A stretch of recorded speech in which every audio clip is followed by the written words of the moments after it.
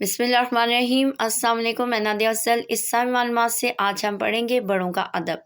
हज़रत मोहम्मद मुस्तफ़ा सल्लल्लाहु अलैहि वसल्लम ने फरमाया, उस शख्स का ताल्लुक़ हमसे नहीं जो हमारे छोटों पर रहम नहीं करता और हमारे बड़ों का अदब नहीं करता। इसलिए हमें चाहिए बड़ों से सलाम करने में पहल करें, बड़ों से नरमी से बात करें, बड़ों की बात गौर से सुनें, बड़ों के तजर्बे से फ़ायदा उठाएं ताकि ज़िंदगी में नुकसान से बचें। रास्ते में चलते हुए बुज़ुर्गों के आगे पीछे ना भागें।